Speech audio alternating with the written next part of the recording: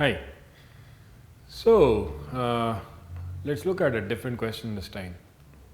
Apparently, a fairly common question. As a working professional, when should you start your GMAT preparation? Most working professionals, when they think of GMAT, fall under two categories. The ones who plan well in advance, at least 6 to 8 months before the final international application deadline, and the ones who are driven by the rumor that the GMAT can be taken care of within 2 months. I'm not denying the second case, but then knowing the market statistics, I would rather people take the first option of planning than the second option of a short-term blitz. Reasons vary from increased probability of retakes to increased chances of giving up GMAT preparation because it gets too much to handle. Also, let me clarify, this talk is really long. So as you might have noticed from the duration of the video. So let's try to keep this crisp. Anyway, so you're already in a job that takes up 8 hours a day, 5 days a week, or maybe worse for many industries and roles. For you, there are two options. When do you want to start your graduate program abroad? For the sake of simplicity, I'll call it an MBA instead of saying a graduate program throughout this talk, because eventually GMAT is for an MBA most of the times, if not always. So, I repeat my question. When do you want to start your MBA? Look up the deadlines. With programs opening their applications as early as August now and first round deadlines as early as September, the funding opportunities in top 10 programs are sliding further up the months. And that is one way for the programs to check how much of a manager are you, how sincerely, how diligently have you been preparing for an MBA. I have often said a daily test for a manager is his or her planning skills. Pulling it off last minute might give you a kick, but it might also get you a kick from the admissions committee. Better planning is way more important. So check the deadlines and count backwards. Where are you right now? Do you want to start with a target score in mind? How much does it take in terms of number of days, months, weeks, etc.? If you eventually will go to a test prep company for your aptitude preparation, I strongly suggest you ask them to work out a plan for you. If you are going to prepare on your own, look at it this way. On an average, considering you start at a 0 level, what is a 0 level? You take the GMAT prep to assess your level. You might think, should I not postpone my GMAT prep till the end? My answer is, if you have to start with something standardized to get your level. So you take the GMAT prep to assess your level and realize you are between 300 and 480.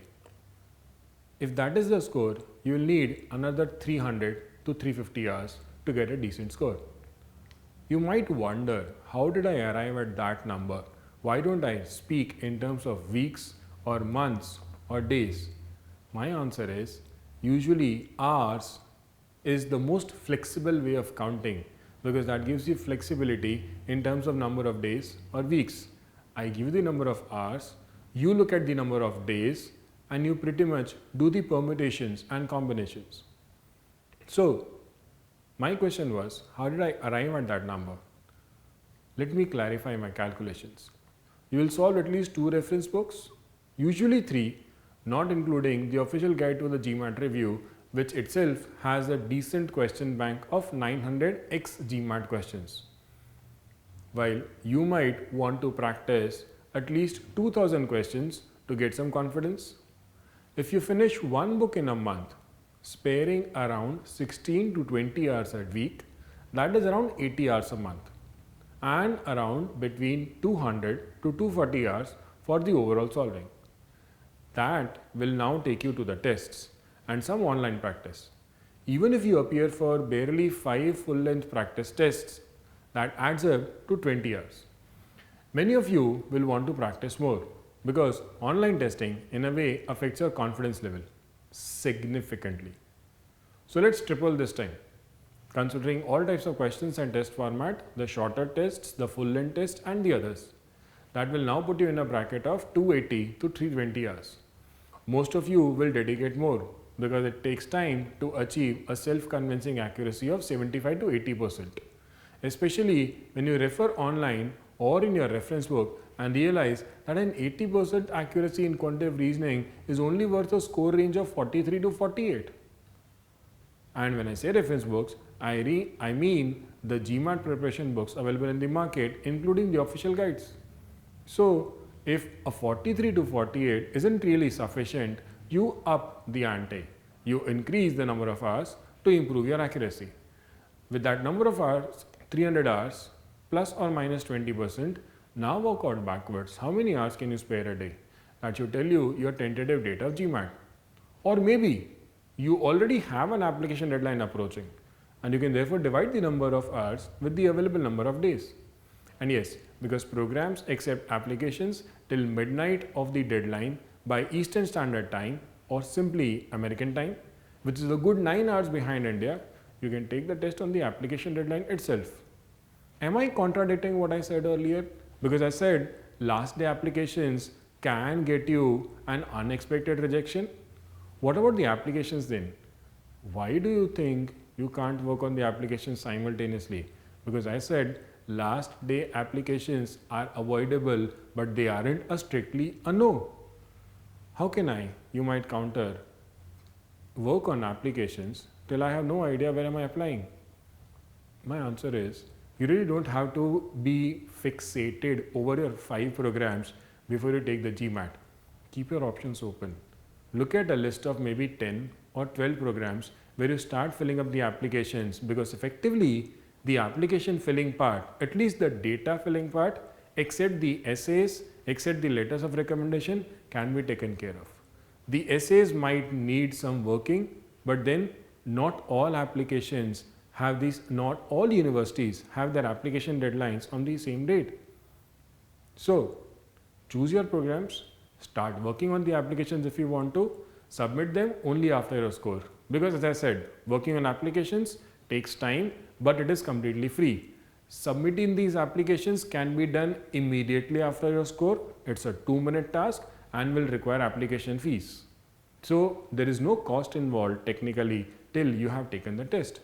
And if your letters of recommendation are delayed beyond the application submission date, don't panic. Although many top programs expect you to submit everything before the deadline, you can inform the program of a contingency if a reference letter gets delayed, and universities will usually condone it because they understand that getting a reference letter submitted in time is not completely under your control. And all of this multitasking might be required only if you delay your GMAT till the deadline. So then ask yourself, what is the priority? Taking the test early, getting a score, and working on applications like most other people do? If you feel that taking the test early will not affect your score due to a time crunch, follow the conventional route. But if you think that getting a big score is a top priority, and by taking the test late, you might actually improve your final score by a good 60 to 100 points, you might want to be prepared for multitasking. After all, isn't that how people justify a retake? That by preparing for an extra time, they would improve their score? One more thing. Should you be prepared to take an off from your work in the last few days? Honestly, it's a very subjective thing. You might want to give yourself an uninterrupted duration of preparation in the last week, or you might be fine with the regular 3 to 4 hours a day in the last week along with your work. Pretty much a matter of mental makeup and tenacity. Quitting your job to prepare for GMAT again is a decision of maturity, because business schools will want you to explain the gap in your CV, and simply saying you took a break for GMAT is really not an impressive answer. So this was about people who have somewhere around 6 months plus or minus 2 months to go to their deadline. But if you are a working professional who is targeting a later intake, let's say more than 12 months to the deadline, still ask yourself, what is the harm in getting started early? Because the more experience you get, the more involved you become, the more projects come your way, the fewer hours you might be left with. Why wait till the point where you are forced to spare 3 to 4 hours a day, but you are unable to because you have so much office work? You could always start at 1 hour a day. There is no harm in taking the GMAT 8 or 10 months before your deadline. That is my opinion. Look at your schedule, identify that 1 hour that you will spare consistently, and if you can do it consistently, go ahead and get started. Because for a manager, consistency and discipline is what makes him a wonderful manager. Happy solving.